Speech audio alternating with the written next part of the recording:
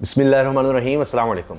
शरीफ ख़ानदान के लिए रुसवाई और मुसीबतें बढ़ती चली जा रही हैं। एक के बाद एक शख्स सामने आता है और राज खोल देता है। अब तो दमाद आला साहब ने इंतहाई कर दी है, लुटिया ही डबो दी है। एक तरफ खबरें ये चलाई जा रही हैं कि सबको कह दिया गया है कि डिसिप्लिन की पाबंदी करें, डिसिप्लिन की पाबंदी करें, लेकिन कैप्टन टाइट सफदर साहब तो फिर सफदर साहब हैं। उन्होंने तो बरह रास्त फ़ौज पर इल्ज़ाम लगा दिया है। अब अंदाज़ा लगाइए, और उसकी वीडियो मौजूद है जो वो बात कर रहे हैं, वो भी मैं आपको सुनवाता हूं। अब एक तरफ आपने देखा कि मुशाहिद हुसैन सैयद साहब का इंटरव्यू बहुत ज़्यादा डिस्कस हुआ, जिसमें उन्होंने कहा कि जी हलफ लिया, मियां नवाज शरीफ ने कुरान पर हलफ लिया कि जी जाकर आपने बाजवा को सपोर्ट करना है। और उससे पहले जनरल कमर जावेद बाजवा को क्या क्या कहते रहे, जनरल फैज़ हमीद को क्या कुछ कहते रहे, और उसके बाद जनाब ये कि जी उनको एक्सटेंशन के लिए वोट भी देना है, ये सब कुछ करते हैं। अब कैप्टन सफदर की वीडियो वायरल है जिसमें वो कह रहे हैं कि फौज ने जाकर, अंदाज़ा लगाइए, ये कैप्टन सफदर के अल्फाज हैं और लोगों से खिताब कर रहे हैं, यह हालिया वीडियो है। कह रहे हैं कि फौज ने जाकर घुटने पकड़े मियां नवाज शरीफ के, घुटने पकड़े, उनको हाथ लगाया जिसमें होता है माफी तलाफी, और कहा कि आप मुल्क में आ जाएं, आप वापस आ जाएं, इमरान खान ने मुल्क को तबाह बर्बाद कर दिया है, आप आ जाएं। लेकिन फिर उसी सांस में कहते हैं कि जब मियां नवाज शरीफ वापस आ गए तो इनको 5 बजे कहा गया, क्योंकि जो लोग नहीं चाहते थे कि मियां नवाज शरीफ चौथी दफा वज़ीर-ए-आज़म बने, उन्होंने कहा कि जी 5 बजे आप मानसेरा से हार गए हैं।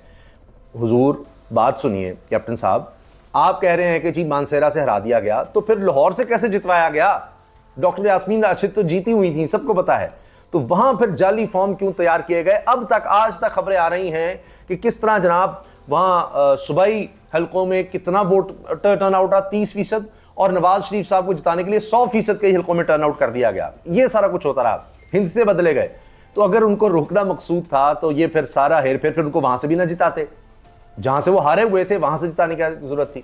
बहरहाल ये सुनिएगा कैप्टन सफदर साहब ने क्या कहा है, और उसके बाद फिर क्या कुछ हो रहा है जजेस को मैनेज करने के लिए। वो भी इनसे मैनेज नहीं हो रहे अब, कि किस तरह से उनको काबू कर लिया जाए, और क्या क्या बातें की जा रही हैं इलेक्शन ट्रिब्यूनल्स के हवाले से। अभी भी कोशिश है कि जजेस को मैनेज कर लिया जाए। और नदीम अफजल चंद साहब ने तो एक और राज फोड़ दिया है पीपल्स पार्टी के रहनुमा ने, कि हम मखसूस नशिस्तों के लिए सुप्रीम कोर्ट में हम भी चले गए हैं नून लीग के पीछे पीछे नजर सानी में, कि फैसला बदल लो, क्योंकि हम पाबंदी से बचाना चाहते हैं तहरीक इंसाफ को। यानी आप देखिए अभी भी जजेस पर काम हो रहा है, और खुद जो सुप्रीम कोर्ट के सीनियर जज हैं जस्टिस अतर मिल्ला साहब, जो सुप्रीम कोर्ट में आने से पहले इस्लामाबाद हाई कोर्ट के चीफ जस्टिस थे, उन्होंने भी बता दिया कि आजकल क्या जजेस के साथ किया जा रहा है। और इस्लामाबाद हाई कोर्ट के जजेस के हवाले से उन्होंने क्या कहा है वो भी मैं आपके सामने रखता हूं। पहले जरा सुनिए कैप्टन सफदर साहब के आला तरीन बयान। आओ एक काम करें, नवाज शरीफ साहब के घोड़े पकड़े दाखा आओ जी, फौज तुम घोड़े पकड़े ना, जो उनकी लंदन भेजा ना, बाबा बोर्ड पाकिस्तान रोड दे लगेगा। कह रहे हैं फौज ने घुटने पकड़े ना लंदन जाके नवाज शरीफ के, तो कह जी आ जाएं, आप आ जाएं, वापस आ जाएं। इमरान के हाथों पाकिस्तान तबाह हो रहा है, नवाज शरीफ साहब आप आए। इमरान खान तो पाकिस्तान तबाह हो रहा है, नवाज शरीफ साहब आप आए। फिर नवाज शरीफ आया, फिर वो कुव्वतें जो चाहती थी कि नवाज शरीफ चौथी दफा वज़ीर-ए-आज़म ना बने, उन्होंने एक प्लानिंग की और 5 बजे ऐलान कर दिया कि नवाज शरीफ मानसरा से हार गए। नहीं जी, और फिर ऐलान कर दिया 5 बजे वो हार गए। ये मैंने आपसे अर्ज़ किया ना कि ये इन्होंने बात की, और इनके आगे भी मज़ीद इरशादात ये हैं कि इलेक्शन कमीशन में से शफाफ इंतखाबात की तवक्को नहीं की जा सकती। जहाँ पर सिफारशी बैठे हों उस इलेक्शन कमीशन से शफाफ इंतखाबात की तवक्को नहीं की जा सकती। ये लोग इलेक्शन चोरी करवाते हैं, ना है लोगों का क्या काम है इलेक्शन कमीशन में, कैप्टन सफदर कह रहे हैं। भाई नून लीग को तो कभी तारीख में इससे अच्छा इलेक्शन कमीशन नहीं मिल सकता जो कुछ उन्होंने किया है। अब वो मखसूस नशिस्तें भी आपकी जो नहीं बनती थी वो भी आपको दे दी हैं, और किस तरह का चाहिए, सारी सीटें आप हारे हुए थे वो भी आपको जितवाई, क्या क्या पापड़ बेले, क्या कुछ किया गया, वो कमिश्नर रावलपिंडी की बातें सुन लें, वो सब कुछ किया गया। फिर भी गिले शिकवे हैं कि पता नहीं और क्या क्या करते हैं, कि तहरीक इंसाफ को पाबंदी लगाने की तरफ जा रहे हैं, मजीद क्या करें, अभी तो रिकाउंटिंग भी करना चाहते हैं। ऐसा इलेक्शन कमीशन कभी जिंदगी में नहीं मिला, किसी जमात को नहीं मिला इतना ज़बरदस्त किस्म का।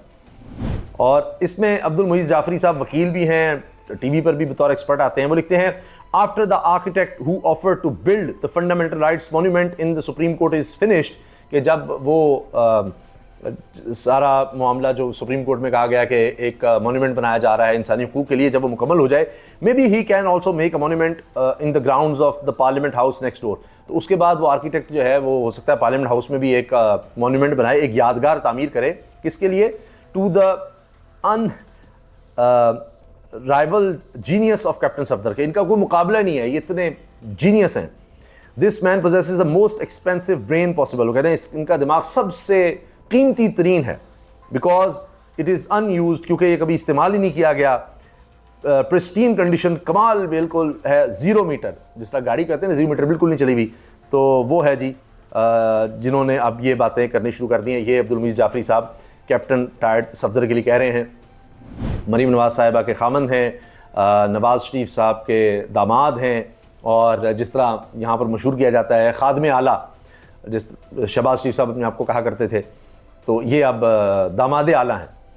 इसमें एक और कहानी भी सुन लीजिए कि अब मरीम साहबा के मुकाबले पर हमज़ा शहबाज साहब मैदान में आ रहे हैं और उनका दफ्तर बन रहा है, सारी चीज़ें इकट्ठी हो रही हैं, क्योंकि वो अपने धड़े को, नून लीग के अपने धड़े को ज़रा मजबूत करना चाहते हैं, उनके भी काम करें। मरीम साहबा तो अपने तरफ से लगी हुई हैं, तो हमज़ा शहबाज साहब चाहते हैं कि, या शहबाज शरीफ चाहते हैं हम बिल्कुल आउट ना हो जाएं, तो हमारा भी फुट होल्ड रहे, लोगों के काम ये वो सारे जो कराने हैं, इधर उधर जो होता है यहाँ पर थाना कचहरी, MNA MPA से, सरकारी महकमों से जो भी मामलात होते हैं, ठेके शेके ये वो सब, तो वो हमज़ा शहबाज वहाँ पर एंटर हो रहे हैं। तो ये भी एक अंदर कहानी चल रही है, वो एक अलग सिलसिला बन चुका है और ये खबरें आ रही हैं। इसके साथ आप ये देखें कि हुकूमत इस वक्त ये कर रही है कि उन्होंने, चूँकि इंसाफ पाकिस्तान में इतना तेज़ी से चल रहा है और बड़ी ज़बरदस्त तरीके से लोगों को, बाकी जितने केसेस हैं, लोगों के मसाइल हैं, हल हो रहे हैं, कि अब हुकूमत ने ये किया है कि बाकी चीज़ों पर तवज्जो हटा दें, वहाँ तो बड़ा बेहतरीन इंसाफ चल रहा है। नई अदालतें बनाई हैं और उसमें काम उनका ये है कि पीका ऑर्डिनेंस के तहत जल्द अज जल्द लोगों को चलाया जाए उनके केसेस। हुकूमत ने तहरीक इंसाफ के लीडरान और कारकुनान के इर्द गिर्द घेराव मजीद तंग कर दिया है। एहतशाम लिबासी की खबर है। तहरीक इंसाफ सोशल मीडिया के लिए मुश्किल की घड़ी है। एक और मामला खड़ा हो रहा है। इस्लामाबाद में पीका एक्ट के तहत खुसूसी अदालतें कायम कर दी गई हैं, जिनमें सोशल मीडिया पर इदारों के खिलाफ बगावत और इश्तियाल, यानी कह रहे हैं दूसरे लफ्जों में नून लीग के खिलाफ लिखने वालों के खिलाफ तेज़ी से केस चलेगा। तेज़ी से यहाँ केस बड़ी तेज़ी से चलने हैं, बाकी केसेस को छोड़िए। जस्टिस अतर मनिल्ला साहब ने न्यूयॉर्क बार से खिताब में कहा है, जिन्हें मेरी अदालत के अलावा कहीं से भी रिलीफ नहीं मिलता था, आज वो भी मेरे खिलाफ प्रोपेगेंडा कर रहे हैं। काम जारी है, जजों पर काम जारी है। तो ये कि जी खुद कह रहे हैं कि मेरे अलावा कहीं रिलीफ नहीं मिलता था, यानी इनका इशारा गालिबन नून लीग की तरफ है, शरीफ खानदान की तरफ है। आज वो भी मेरे खिलाफ प्रोपेगेंडा कर रहे हैं। 2022 में जो मेरे खिलाफ प्रोपेगेंडा कर रहे थे, अब वो दूसरी तरफ खड़े हैं। जस्टिस अतर मनिल्ला का न्यूयॉर्क बार से खिताब। फिर कहा कि अमेरिका के जमहूरियत के बारे में कुछ उसूल हैं। अमेरिका जमहूरियत को वेलकम करता है, लेकिन किसी डिक्टेटर को वेलकम नहीं करता। लेकिन पता नहीं क्या हुआ, बुश ने अपने उसूल भुलाकर मुशर्रफ को रेड कारपेट दिया और फिर वेलकम भी किया। एक और बात जो अतर मनिल्ला साहब ने कही, उन्होंने कहा कि इस्लामाबाद के 6 जजेस जिन्होंने ख़त लिखा, इनमें से 5 ऐसे नाम हैं जिनको जज लगाने के लिए मुझे बहुत मिन्नतें करना पड़ी कि निज़ाम अदल को आपकी ज़रूरत है। यानी वो जज बनना नहीं चाहते थे। वो 5 ऐसे लोग थे, ऐसे ज़बरदस्त वकील थे, उनकी वकालत बहुत ज़्यादा ज़बरदस्त चल रही होगी। उन्होंने कहा कि जी हमारी वकालत इतनी अच्छी, हमने क्या करना है जज बनकर। तो कहते हैं मुझे उनकी मिन्नतें करनी पड़ी कि निज़ाम अदल को आपकी ज़रूरत है।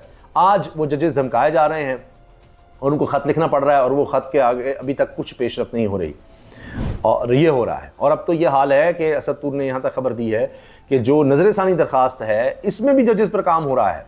कुछ ख़ास जजेस हैं कि जिनको अब मनाने की कोशिश हो रही है कि आप नज़र-ए-सानी में जाकर दोबारा मखसूस नशिस्तों में अपना फ़ैसला बदल लें, और ये मखसूस नशिस्तें नून लीग को और पीपल्स पार्टी को दे दें, लूटा माल समझकर। जो उनको मिल चुकी हैं वो तो मिल चुकी हैं, उनके हक़ की जो थी, वो भी जाली इलेक्शन में, जाली फॉर्म 47 के जरिए जो उनको मिली हैं, वो भी जीते नहीं हुए, उस तनासुब से भी उनको दे दी गई। उसके अलावा जो तहरीक इंसाफ की बनती है वो भी दे दें, वरना मार्शल लॉ लग जाएगा, वरना जनाब इमरजेंसी लग जाएगी, वरना आप गिरफ्तार हो सकते हैं, आपको फारिग कर दिया जाएगा, PCO आ जाएगा, और फिर क्या PCO के तहत काजी फैसल साहब हलफ लेंगे, पता नहीं क्या हो जाएगा।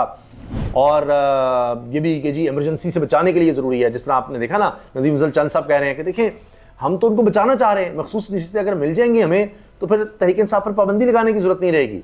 इसका मतलब यह है कि हम पाबंदी इसलिए लगा रहे हैं जाकर हम कह सकें जी तहरीक इंसाफ पर तो पाबंदी लग गई है, अब आप उनको मखसूस नशिस्तें कैसे दे सकते हैं, हम तो जमात ही नहीं हो तो कलअदम है।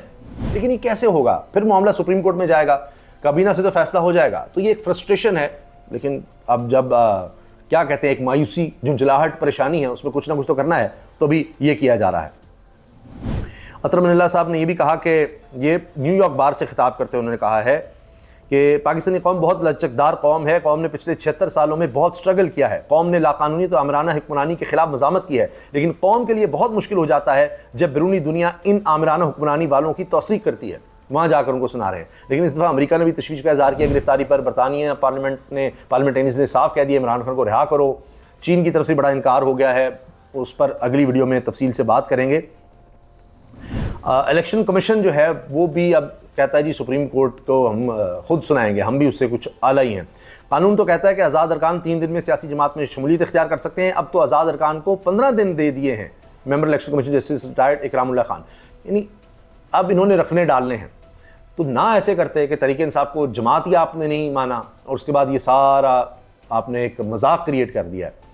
अच्छा, इस पर मुझे याद आया कि जो कुछ कैप्टन सफदर ने किया है, मियाँ जवेद लतीफ़ साहब भी कहते हैं ये अरेंजमेंट के तहत हमारी हुकूमत आई है, ये तो ज़बरदस्ती हमारी बनवाई गई है और ये तो ऐसे था ही नहीं। फिर अब तारिक फजल चौधरी साहब कह रहे हैं, जो वो फॉर्म 45 नहीं दे रहे इलेक्शन ट्रिब्यूनल में, वो कहते हैं कि अदम एतमाद की तहरीक लाना हमसे बड़ी गलती थी। अभी तो पता नहीं क्या क्या गलतियाँ इन्होंने माननी है। इलेक्शन तरमीमी एक्ट के खिलाफ दरखास्तों में इस्लामाबाद हाई कोर्ट ने लार्जर बेंच बनाने का इंदिया दे दिया। ये भी हुकूमत के लिए एक नया मसला खड़ा होने जा रहा है, मैं आपसे अर्ज़ कर दूं। इसके साथ एक दिलचस्प बात हामिद मीर साहब ने शेयर की अपने प्रोग्राम के हवाले से कि वज़ीर इत्तलात अता तारड़ ने कहा कि मैं आपको इमरान खान की एक वीडियो भिजवाता हूँ, आप ज़रा चला दें। मैंने बेचारगी से कहा कैसे चला दूँ, और फिर हम सब हंसने लगे कि इमरान खान कहाँ चलाया जा सकता है टेलीविज़न पर, उसका नाम नहीं, तस्वीर नहीं, बयान नहीं, तो आप कैसे ये कह रहे हैं। तो ख़ुद अब वो लाजवाब हो गए तो चुप कर गए। इसके साथ खबर ये आ रही है जी सोशल मीडिया बंदिश से लाखों पाकिस्तानियों का रोज़गार ख़तरे में। तो हुकूमत को क्या है भाई, IPPs का कारोबार, चीनी के स्कैंडल का करने वालों का कारोबार, उनका ख़तरे में नहीं होना चाहिए। बाकी आम आदमी का जितना मर्जी ख़तरे में आए, नौजवानों का ख़तरे में, उससे उनको क्या है, उनका अपना काम सीधा होना चाहिए, वो चलना चाहिए।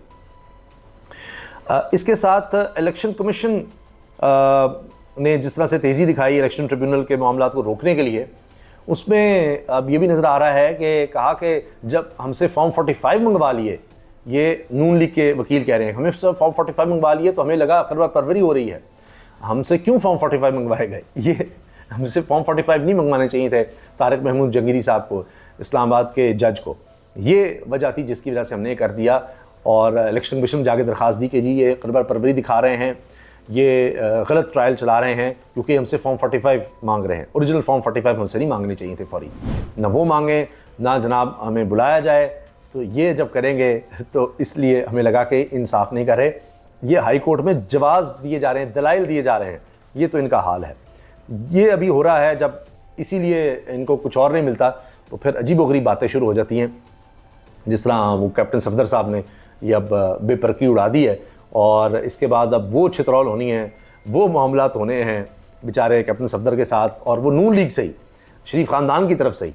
तो पहले तो इनको कहा जाएगा कि अब दोबारा तुम चुप करके बैठ जाओ, तो कोई ना कोई इनकी वीडियो बनाकर वायरल कर देता है और नया मसला खड़ा हो जाता है। इजाज़त दीजिए, अल्लाह हाफ़िज़।